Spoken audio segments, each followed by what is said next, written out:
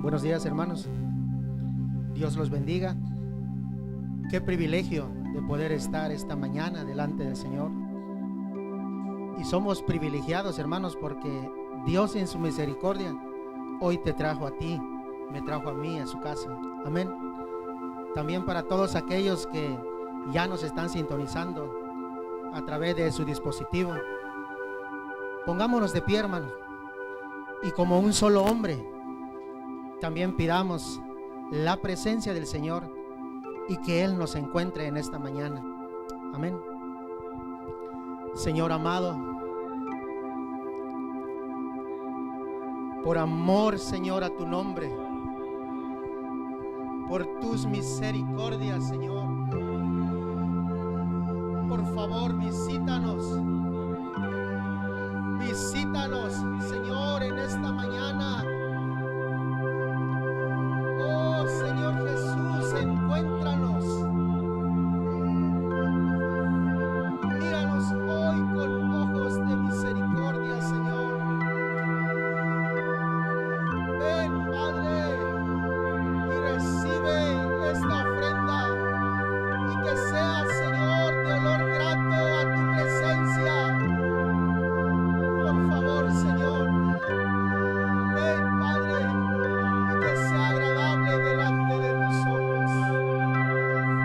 Ven, Señor, ven, Padre, no pases de largo, visítanos, porque si tú nos visitas, Señor, si tú vienes hoy, no seremos los mismos. Por favor, Señor, ven.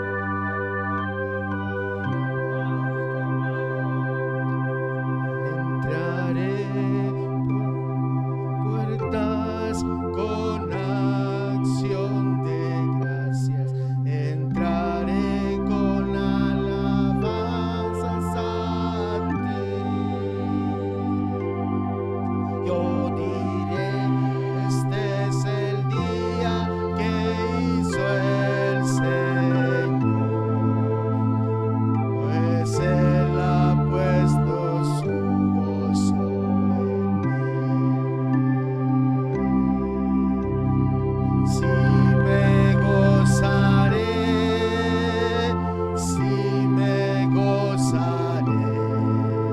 pues Él ha puesto su gozo en mí. Si me gozaré, pues Él ha puesto su gozo en mí.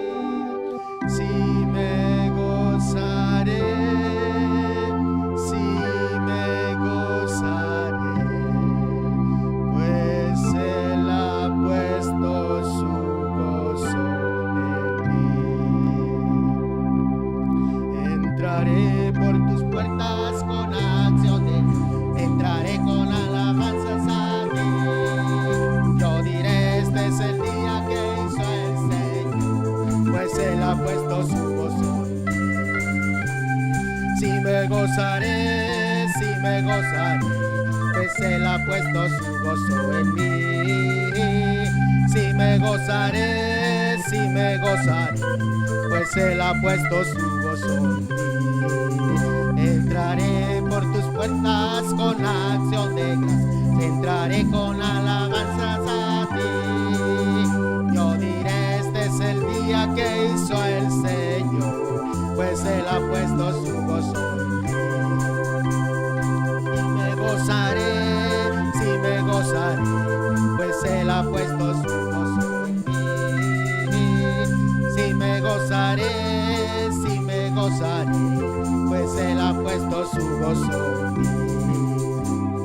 Brota alegría, alma mía, brota alegría, alma mía, en la presencia del Señor no hay tristeza ni dolor.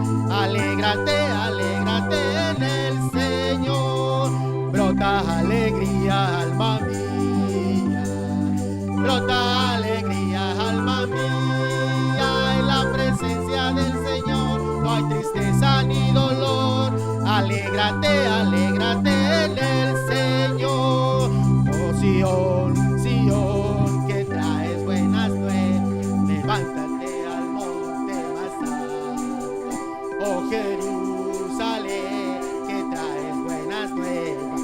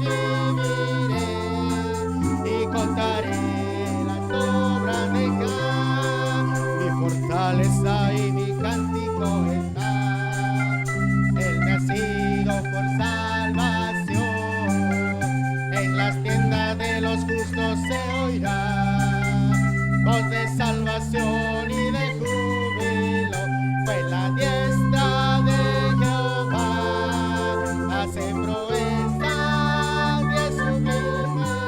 No moriré, mas viviré y contaré las obras de Jah, pues la diestra de Jehová hace proezas y es sublime. No moriré.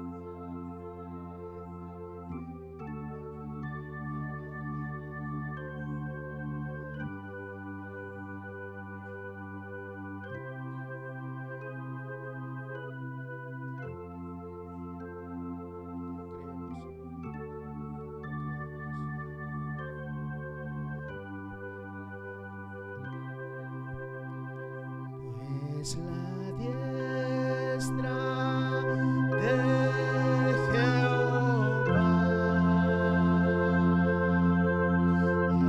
Hacen proezas y es sublime. No moriré, mas viviré y contaré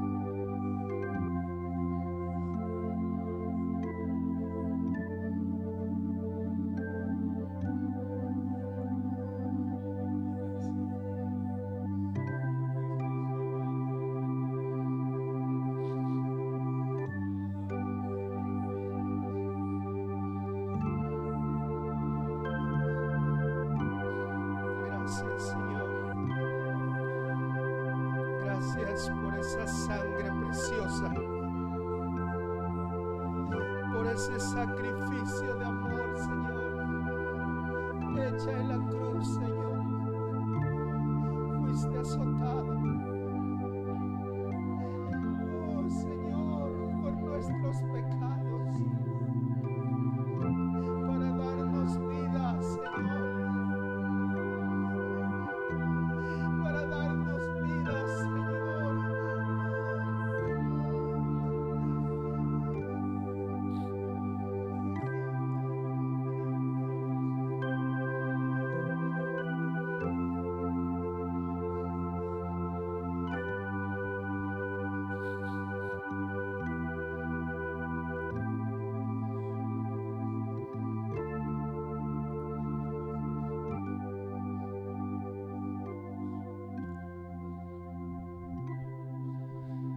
Santo,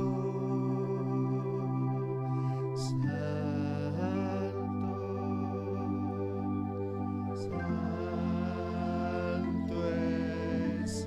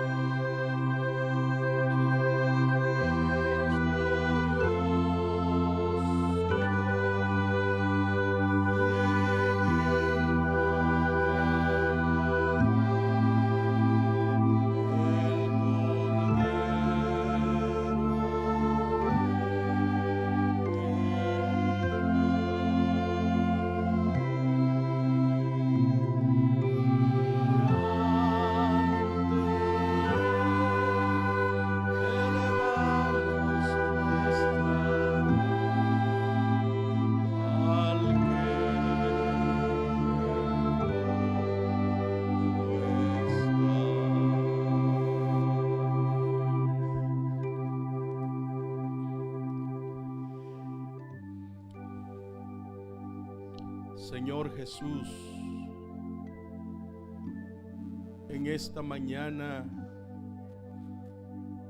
al igual que Juan, podemos contemplar al Cordero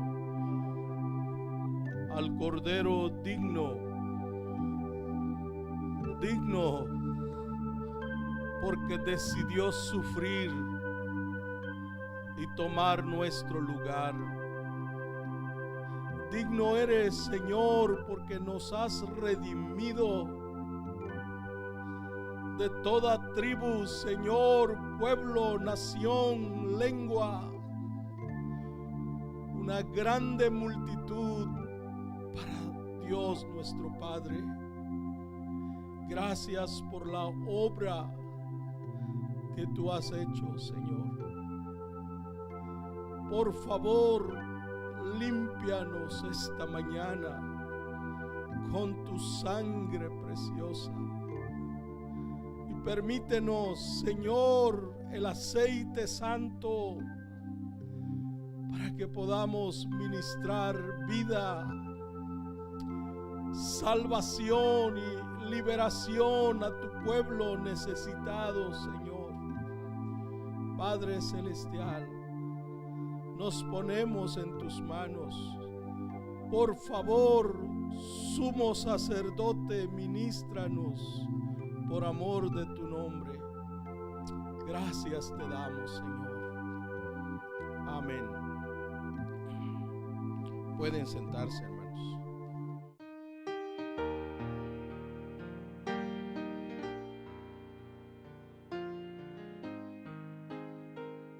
Los hermanos que en este momento están mirando la transmisión por internet, que el Señor los bendiga, hermanos. Es de nuevo de gran gozo y alegría poder estar de nuevo en la casa del Señor, ministrándole y adorándole. En las últimas semanas previas hemos estado hablando, hermanos, del sacerdocio, pero mejor dicho, del sacerdocio que intercede, del sacerdote que se pone en la brecha en favor de otros para pedir misericordia, porque reconoce que hay un juicio de Dios, como vimos en Ezequiel. Y hermanos, quizás hasta ahorita, hermanas, hermanos, no hemos visto nuestra gran responsabilidad como sacerdotes de Dios. Quizás no hemos crecido lo suficiente para darnos cuenta que nuestra vida sacerdotal no solamente tiene que ver con nosotros. En el libro de Ezequiel, no vamos a ir ahí, solamente quiero comentarles esto. Aparecen dos líneas de sacerdotes. Una de esas líneas o esos grupos servían a Dios para el pueblo, pero otra línea de sacerdotes servían a las cosas santas de Dios. Pero algo que distinguía a los sacerdotes, incluso al jefe de los sacerdotes, había algo, hermanos, que si ustedes están en su lectura, probablemente ya pasaron o ya llegaron allí.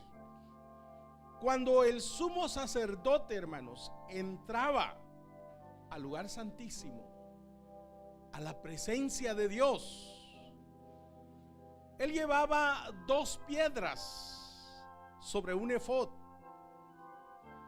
y en cada una de esas piedras había 6 nombres, y cada nombre representaba una tribu. Eran 12. ¿Y por qué razón él entraba a la presencia de Dios con esas piedras, con esos nombres? ¿Cuál era el propósito? Hermanos, en Dios siempre hay un propósito. No hay nada al azar, sino siempre hay un propósito, y los propósitos de Dios no son temporales. Los propósitos de Dios son eternos. Y la razón por la cual entraba el sacerdote con los nombres de las 12 tribus de Israel era para hacer intercesión por ellos. Pero ¿cuál debía de ser el corazón de ese sacerdote, de ese jefe de sacerdotes? ¿Cómo debía de ser su corazón? ¿Cómo debía de ser su crecimiento en Dios? Nosotros, la iglesia, el cuerpo de Cristo, hasta el día de hoy, no hemos entendido esta parte tan importante que vamos a ver hoy. El tema del mensaje de hoy es que el sacerdote se identifica con la gente o con otros. ¿Qué quiero decir con esto, hermanos? Un sacerdote debe conocer a las personas, y no solamente conocerlos por encimita, livianamente. Un sacerdote debe de conocer las carencias y las debilidades de las personas. Y cuando alguien conoce las debilidades de las personas, sus carencias, puede hacer 2 cosas. Una,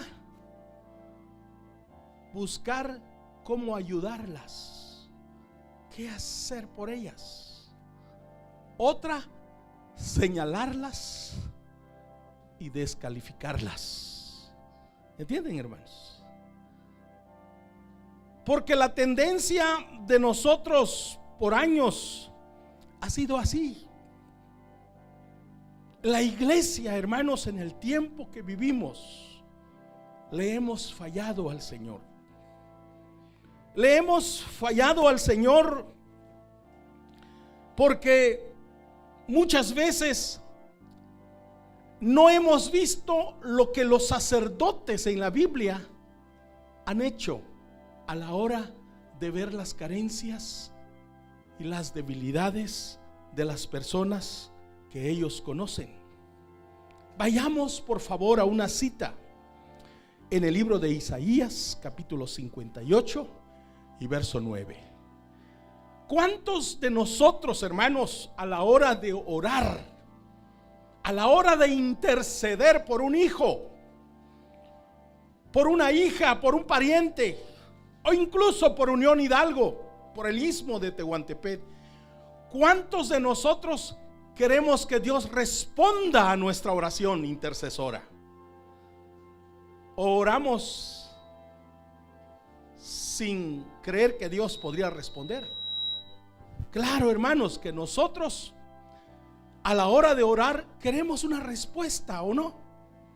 Máxime cuando leemos en la Biblia que dice: el que busca halla, el que llama se le abrirá. Hay muchas citas que hablan de que Dios responde a la oración, de manera que nosotros, como el pueblo de Dios, a la hora de orar queremos que Dios nos dé respuestas. Pero escuchen ahora, ¿qué necesitamos nosotros hacer para recibir esas respuestas? Isaías 58:9. En tu casa te ruego que leas todo ese capítulo de Isaías. Pero en este pasaje dice entonces. Hay un entonces, hay un contexto, ¿sí? Para cuando ofrecemos sacrificios a Dios, cuando nos acercamos a Dios, cuando buscamos una respuesta de Dios. Dice: entonces invocarás y oírte a Jehová, o te oirá Jehová, dice en la otra versión. Entonces invocarás y te oirá Jehová. Dice: clamarás y dirá él. Qué hermoso, hermanos.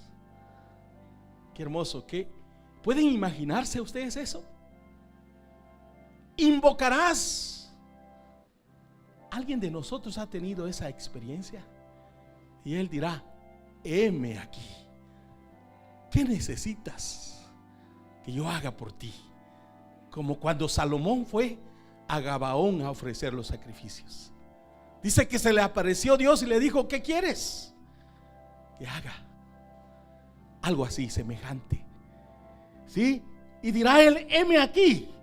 Hasta ahí no hay problema con nosotros. Hasta ahí solo implica lo que Dios hará con el intercesor. Pero después de ahí hay tres problemas principales que necesitamos resolver hoy, esta mañana, en este momento, hermanos. Hay cosas que tenemos que quitar, y eso es lo que nos cuesta a nosotros. Este problema existe en los matrimonios, este problema existe en las grandes familias, este problema existe en la iglesia. Y dice: si quitares de en medio de ti el yugo. Ahorita vamos a ver qué es eso. El extender el dedo. ¿Sí te acuerdas de eso? Sí te acuerdas, ¿cómo no? ¿Sí? ¿Sí se acuerdan o no? ¿Cuántas veces lo has hecho? Lo he hecho, lo hemos hecho. ¿Y cuántas veces más lo vamos a hacer? Desgraciadamente, después de oír este mensaje, algunos vamos a tomarlo seriamente y otros simplemente nos va a gustar y al rato lo vamos a olvidar. Si quitares de en medio de ti el yugo, el extender el dedo y el hablar vanidad. ¿Se dan cuenta, hermanos amados, de lo que este verso está diciendo? Este verso está diciendo, antes de entrar en este verso, Un verdadero intercesor, un verdadero sacerdote, hermanos, no usa el dedo para juicio. Si tú caminas con alguien que ha crecido en esta área, hermanos, quizás una de sus características es que nunca vas a hallar en él crítica hacia otros. En la vida de esta persona podemos decir que se distingue por eso. ¿Has hallado a alguien que no critica,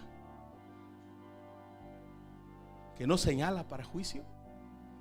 Desgraciadamente todos hacemos eso.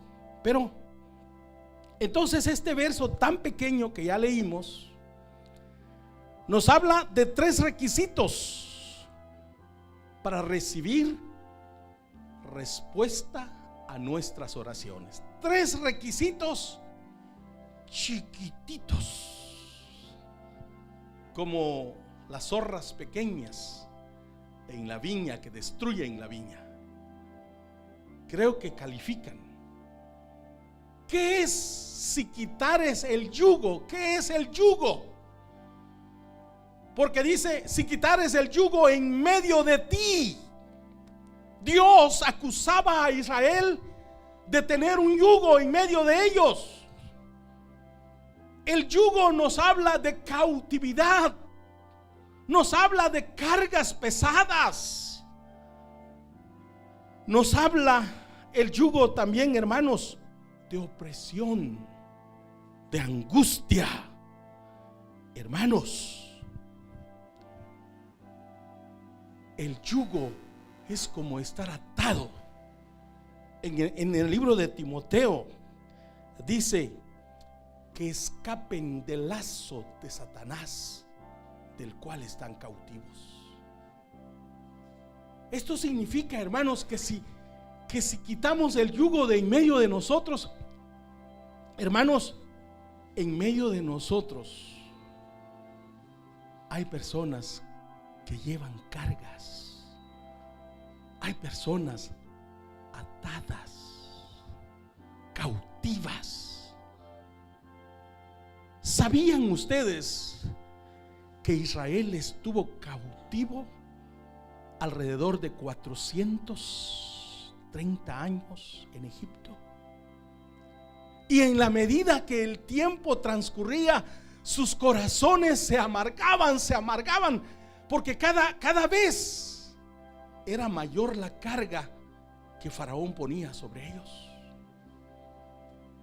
¿En qué momento, hermanos, ese yugo fue quitado de en medio de ellos? ¿En qué momento? ¿Cómo es que ese yugo fue quitado? Porque ellos pudieron permanecer en Egipto.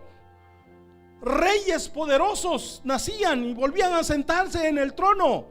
Israel seguía siendo un pueblo cautivo, esclavo bajo el yugo de Egipto. Pero ¿en qué momento? ¿Cuándo fue que Dios los reconoció otra vez? Hermanos, vayamos a la Biblia. En Éxodo capítulo 2, verso 23 al 25.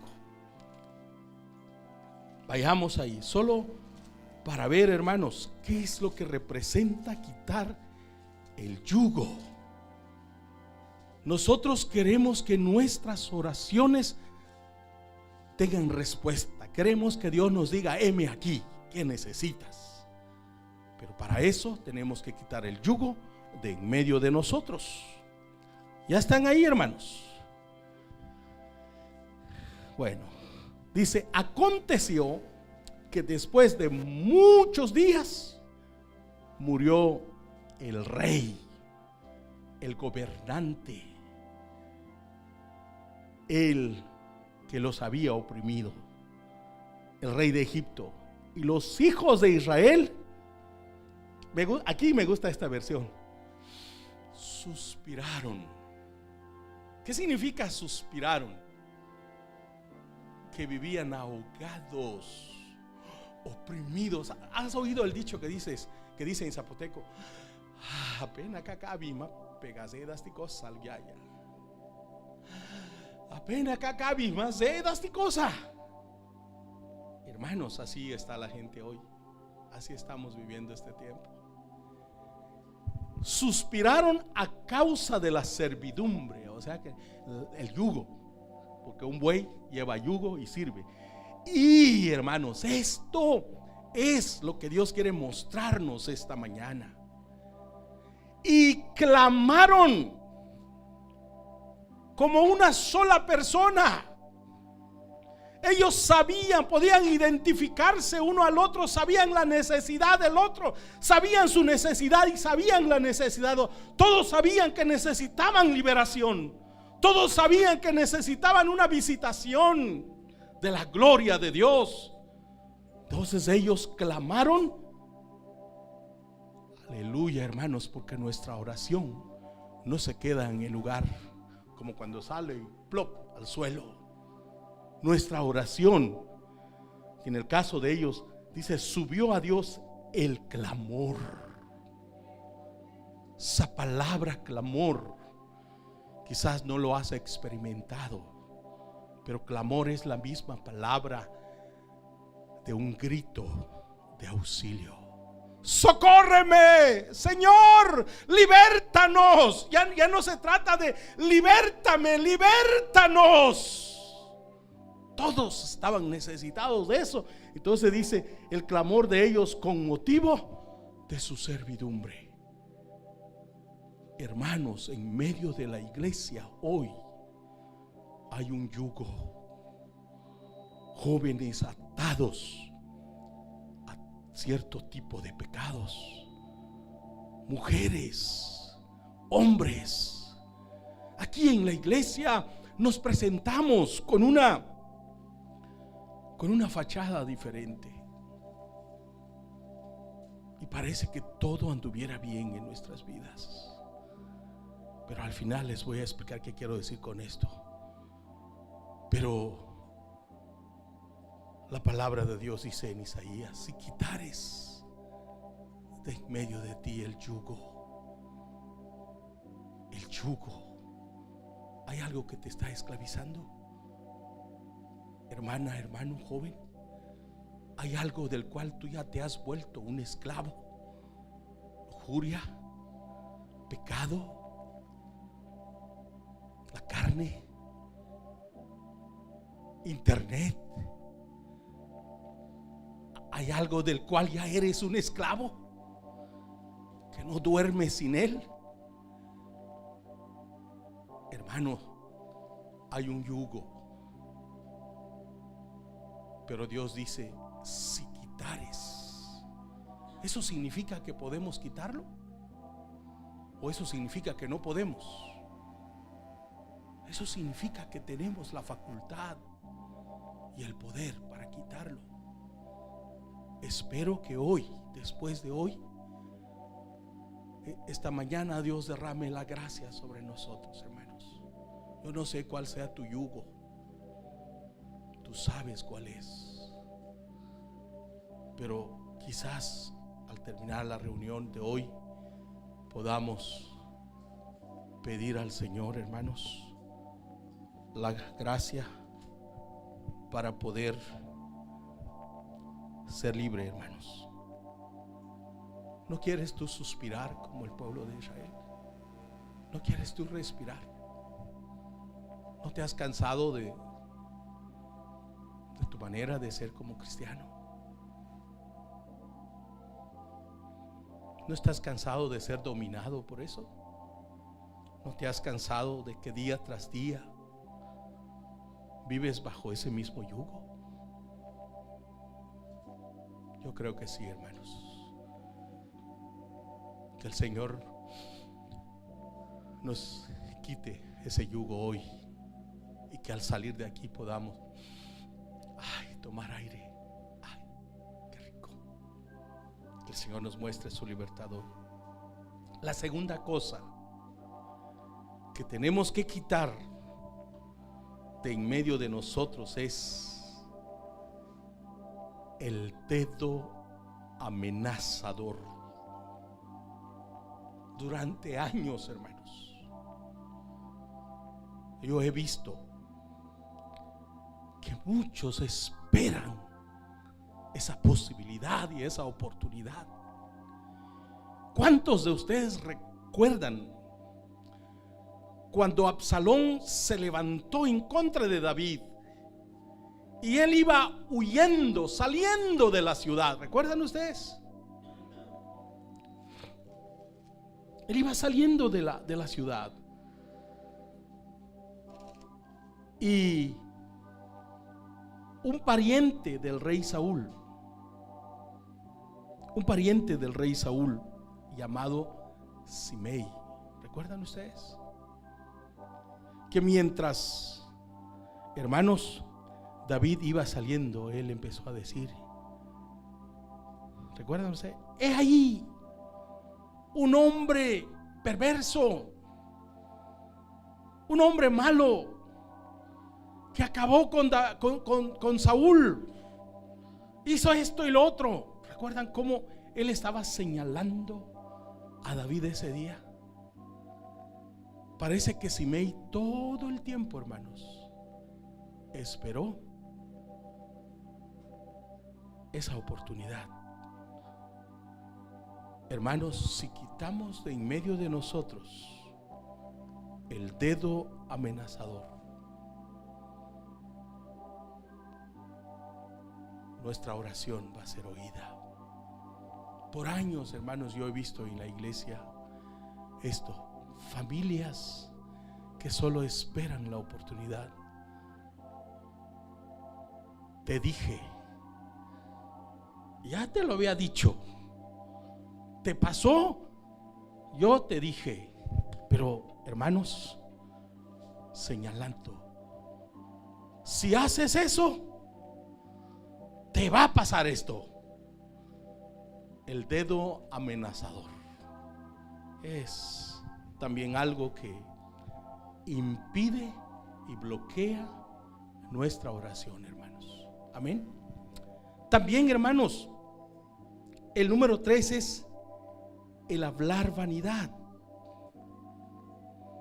Vanidad, chismes, cosas vacías y reales.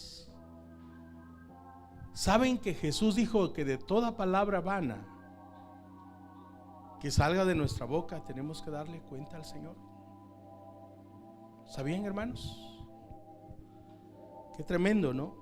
Así que, hermanos, un sacerdote intercesor tiene que ser limpiado de estas 3 cosas. Cuídense, hermanos, cuidémonos de la lengua. Cuidémonos de la lengua. La lengua es capaz de matar. Ahí está la vida, según Proverbios, y la muerte. Transporta vida y muerte. Por eso necesitamos tratar esas 3 áreas en nuestras vidas. Si queremos que Dios oiga nuestra oración, si queremos una respuesta de parte del Señor, hermanos, necesitamos eso. El corazón de un intercesor, hermanos, no coloca cargas pesadas sobre otros o otras personas y luego la señala con juicio. No, hermanos. Alguien que es un verdadero sacerdote llega a conocer su propio corazón, su propia condición miserable. Se identifica con las personas por las cuales ora. Veamos un pasaje en el libro de Esdras, hermanos, en el capítulo 9, verso 6. Esdras era un sacerdote real y verdadero. Vamos a ver cómo Esdras se identifica con el pueblo.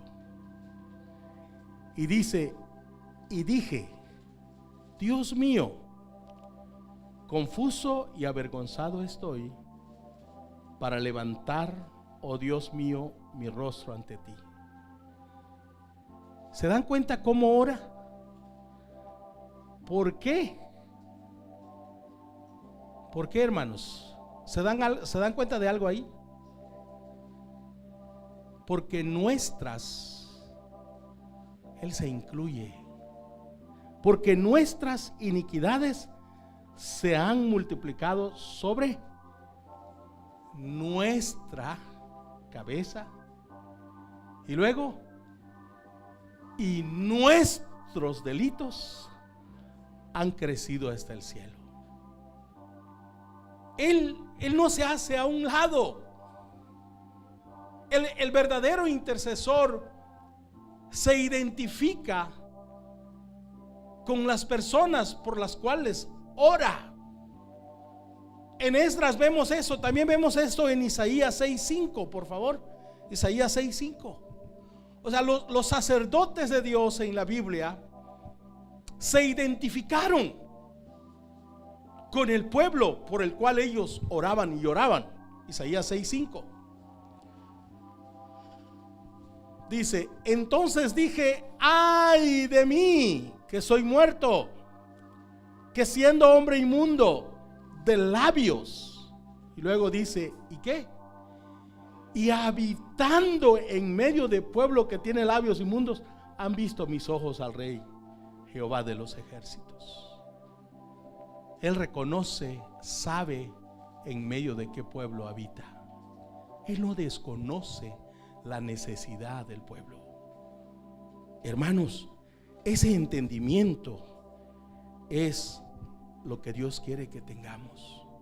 Un sacerdote verdadero, hermanos, corre a la cruz y muere para sí, conmoviendo el cielo, hermanos, por la actitud que tiene, por la forma en que esa persona busca a Dios. Un verdadero sacerdote se arrepiente, va a la luz para cubrir sus malas obras ante Cristo Jesús. Eso es lo que es un verdadero sacerdote. Él sabe el peligro que frecuenta su pueblo.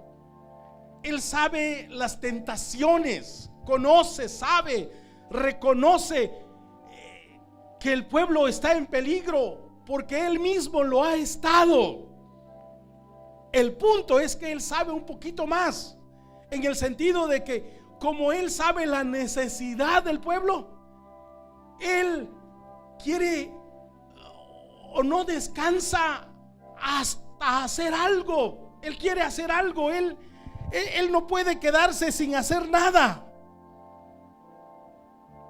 Mayormente cuando él ve que otros caen, hermanos, en la trampa del enemigo. Él sabe de esas trampas, como en el libro El progreso del peregrino. Es un cristiano que sabe en dónde están las trampas del enemigo y sabe que muchos van a caer ahí. Y debido a eso, él entra delante del Señor, confesando no solamente su pecado, sino el pecado del pueblo. Hermanos, si hoy captamos este entendimiento, nunca vamos a ser iguales a la hora de orar. No solo vamos a pedir para nosotros mismos, quizás vamos a reconciliarnos con Dios primero. ¿Cómo vamos a tener, hermanos, un dedo amenazador o el hablar vanidad en medio de nosotros si reconocemos nuestra condición y nuestra miseria como sacerdote y sabemos cómo están batallando los demás? Es imposible, hermanos, pero que el Señor de veras nos ayude. Vamos a Daniel 9:5. Este es otro sacerdote. Este es otro sacerdote. Daniel 9:5.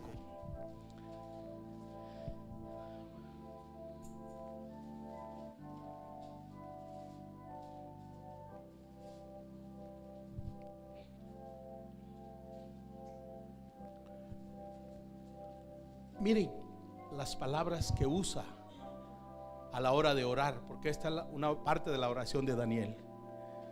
Él no dice han cometido, sino hemos pecado.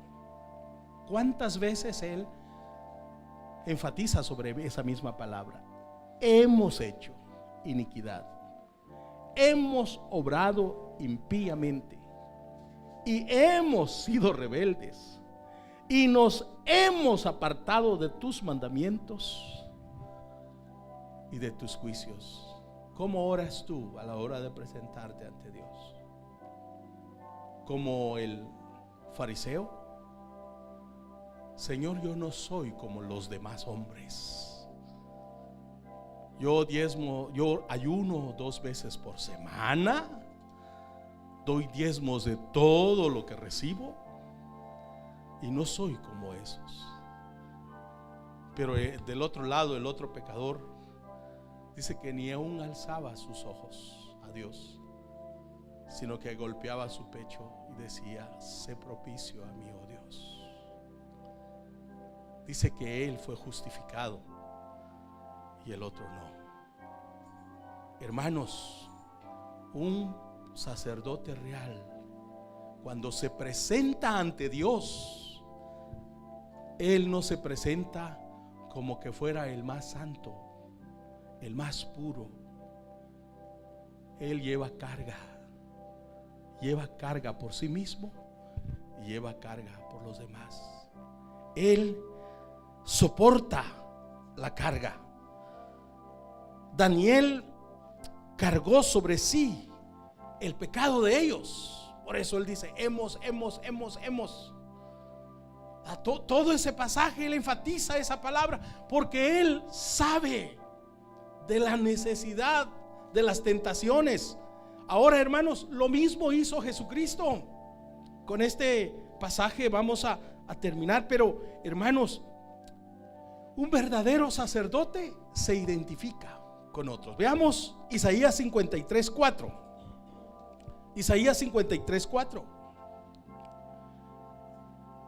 Este es el sacerdote del cual Dios quiere que sea nuestro ejemplo, hermanos. Dice: ciertamente llevó él nuestras enfermedades y sufrió nuestros dolores. Es fácil leer este pasaje, hermanos, pero hay algo ahí que quizás no has visto. Y nosotros le tuvimos por azotado, por herido de Dios y abatido. O sea, la idea de Isaías es que Jesús pudo ver tu dolor intenso, tu enfermedad incurable.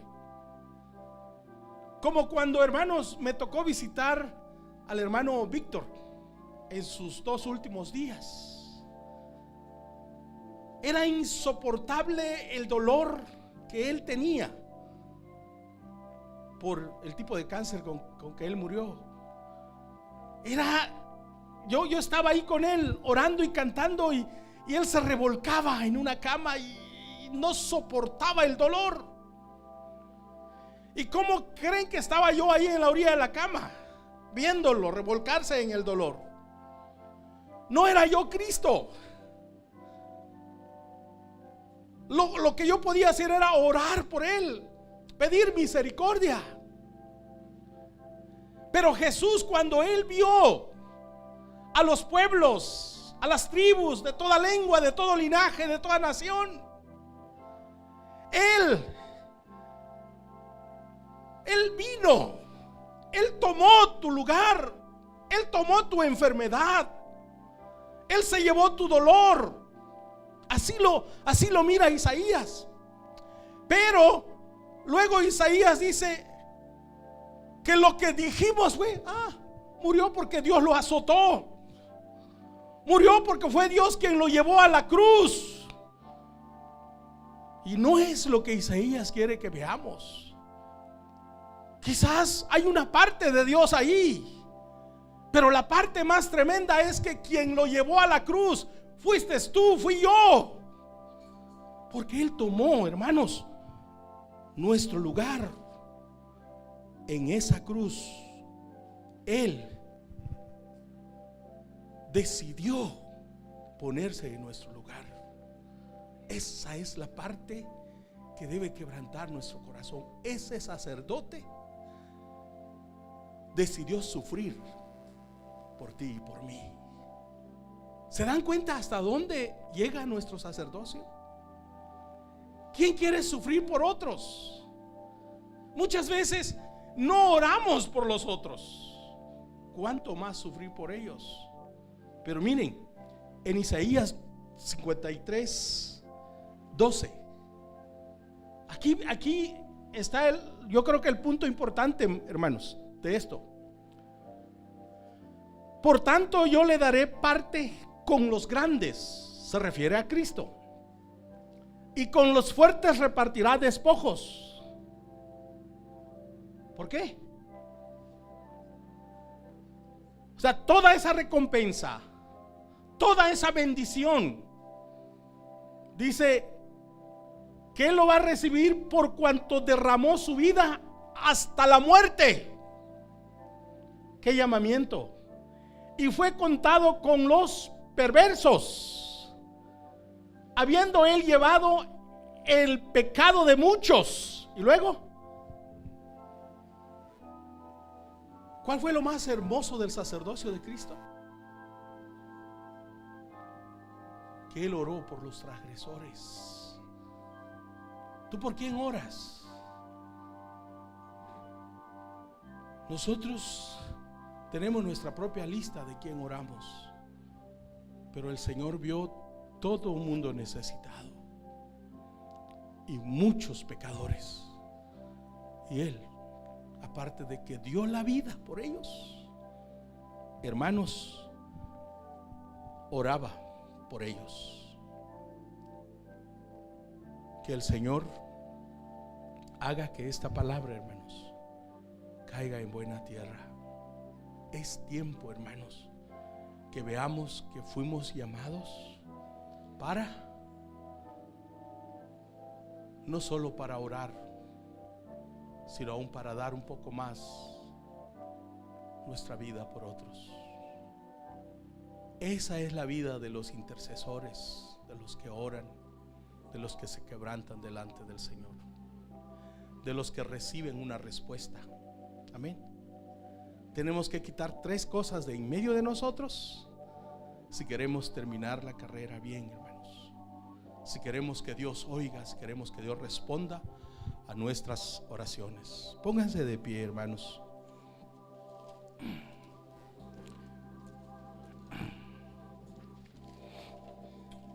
Amado Señor, nuestro Salvador Jesús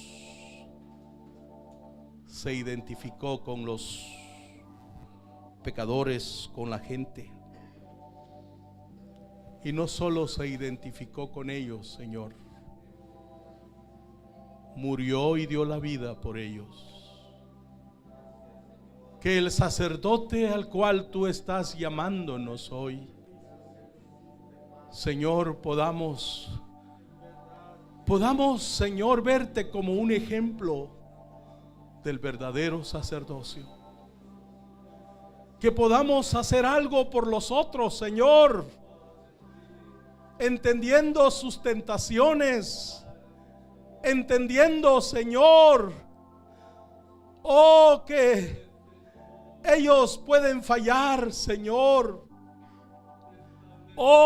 Pero ayúdanos a orar como le dijiste a Pedro. Yo he rogado por ustedes, Señor, que esta mañana tú sigas intercediendo por nosotros, porque tú conoces nuestra condición, que somos tu creación, somos tu criatura. Por favor, Señor, en esta mañana ilumina todo nuestro ser. Ayúdanos a ver la necesidad de otros. Ayúdanos a orar por otros, Señor. Oh Padre Celestial, en el nombre poderoso de Cristo Jesús, haz tu buena obra en nosotros. Ayúdanos a llevar a otros sobre nosotros a la hora de orar, a la hora de interceder, Señor. Enséñanos ese camino. Métenos, Padre, en el nombre de Cristo Jesús.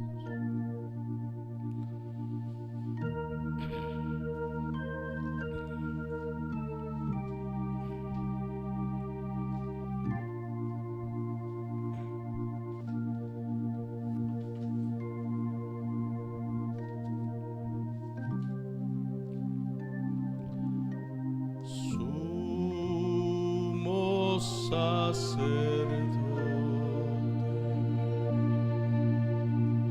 lleno de merced, el Cordero murió por mí. Se muere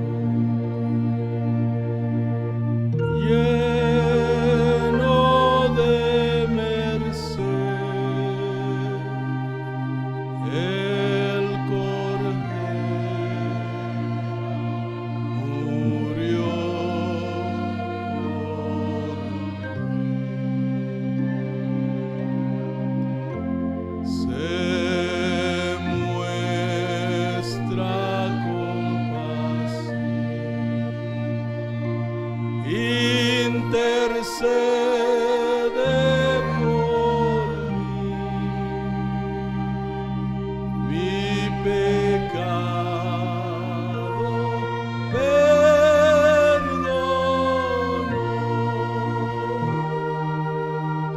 El que murió por mí y me da libertad,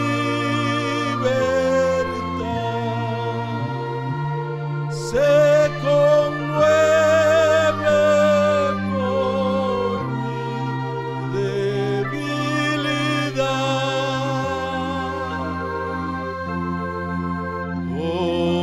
Cordero del Calvario, en tu gran bondad termina tu obra en mí. Amén, Señor. Procuremos entrar delante del Señor con nuestros hermanos en nuestros hombros, hermanos. Amén. No entremos sin llevar a nuestros hermanos, a las familias, a aquellos que están enfermos. No entremos delante del Señor sin llevarlos en nuestros hombros. Roguemos, sintamos un poquito del dolor de ellos y de la carga que mucha gente tiene. Ahora que la gente está muriendo, unos sanan, otros mueren. Los que han sanado saben lo que tienen que soportar esas personas, y por eso necesitamos llevarlos sobre nuestros hombros. Que el Señor los bendiga.